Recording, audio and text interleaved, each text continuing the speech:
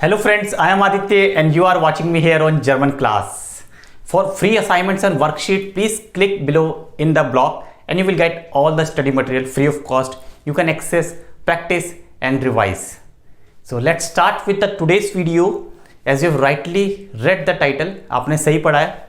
Exam prep के लिए कितना टाइम होना चाहिए अगर आपने लेवल फिनिश कर लिया है. If you have already finished one level, suppose B1 level or B2 level.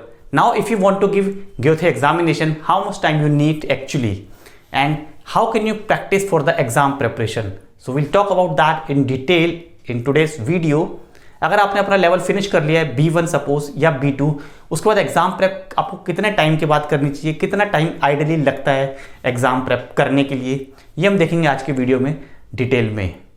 So if you have already done suppose B1 level and now you are looking for B1 exam prep, after that only you can give Goethe exam and passing the exam you can get certificate. You know that passing marks 60. Individually you have to score 60% marks. Lesen, Schreiben, Sprechen and Hören. In all the skills individually you need to score 60% marks.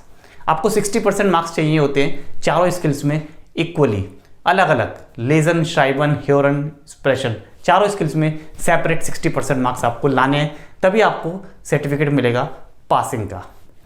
So if you have done B1 level suppose, now at least 1 month exam prep is required. Exam prep के लिए आपको 1 महीने का time जरूर चाहिए. 1 month is required to practice the exam. और exam prep के लिए you need to study from the model test papers. As I always said, follow model test papers exam prep pattern which is given on the Goethe website, or also in the description I have mentioned exam preparation book like Mitt-Erfolg, Prüfungstraining and so on. There are so many books. You can pick up any book. कोई भी एक book आप exam की prep की practice कर सकते हो. Description में मैंने लिंक दिया हुआ है. कोई भी एक बुक आप पिक करके उससे तैयारी कर सकते हो एग्जाम प्रेप की.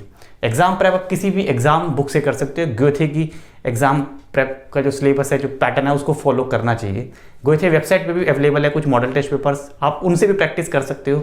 और if you don't find them sufficient, अगर आपको वो कम लगता है क्योंकि एग्जाम के लिए ज़्यादा प्रैक्टिस पेपर चाहिए, तो डिस्क्रिप्शन में लिंक है, आप बुक जाके उसको ऑर्डर करके उस बुक से आप इजीली प्रैक्टिस कर सकते हो.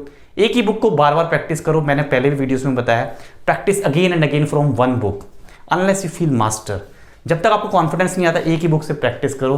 Practice a lot and it takes minimum 1 month either for B1 or for B2. You need at least 1 month thorough practice, self study. I'm not talking about regular class from your institute or from your teacher. Just apart from that you need 1 month self practice. 1 महीने की self practice बहुत जरूरी है. आप self practice करोगे तभी आपको realise होगा. You will get to know about your doubts. आपको डाउट्स पता लगेंगे, आपकी मिस्टेक्स पता लगेंगे, कहाँ पे आप लैक कर रहे हो. लेट्स से B1 के लिए प्रेजेंटेशन आप तैयार कर रहे हो, आपको एक्सप्रेशन थेमा मिलता है, आपको प्रेजेंट करना पड़ता है किसी थेमा के ऊपर, और उस थेमा को प्रेजेंट करने में ही अभी आपको 1 hour का टाइम लग रहा है. 30 minutes का टाइम लग जाता है आपको प्रेजेंटेशन तैयार करने में. Then it means you need more practice. You should not take more than 10 minutes. Only within 10 minutes you have to prepare the presentation. You know that? So if you have this much of time, जब आपको 10 minutes का time आ जाएगा, then you think that okay, now you are eligible to give exam. अब आपका time सही आ रहा है, 10 minutes में आप प्रेजेंटेशन तैयार कर ले रहे हो, तो अब आप एग्जाम दे सकते हो. इस तरह से आपको अपने आप को जज करना है, अपनी स्किल्स को जज करना है. And then you should write exam without any hurry. जल्दबाजी में एग्जाम मत देना. पैसे खराब होंगे, टाइम खराब होगा, और सबसे इंपॉर्टेंट चीज आपका मोटिवेशन डाउन होगा. You will B disappointed and this is the worst thing for a student. If you are applying or if you are writing an exam and before exam if you get disappointed, that is the worst thing. सबसे बेकार चीज होती है, आप exam से पहले ही demotivate हो जाते हो, आपका सारा कॉन्फिडेंस लो हो जाता है. जो भी आपने पढ़ाई की लास्ट 6 months में, एवरीथिंग गोज इन वेन, सब कुछ बेकार हो जाता है. तो जस्ट लास्ट मिनट प्रैक्टिस के लिए ध्यान रखना. प्रॉपर लेवल की तैयारी करो. एग्जाम प्रेप के लिए प्रॉपर टाइम दो. बुक से प्रैक्टिस करो.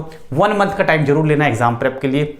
Sometimes students they do exam prep of B1 level and they continue B2 level so that they think simultaneously they can do both the things. No, that is wrong. Don't do this. Exam prep और next level की तैयारी साथ साथ कभी मत करना. You will not that much master. आप इतने एक्सपर्ट नहीं हो. It required lot of attention, concentration. एक बारी में एक ही काम करना.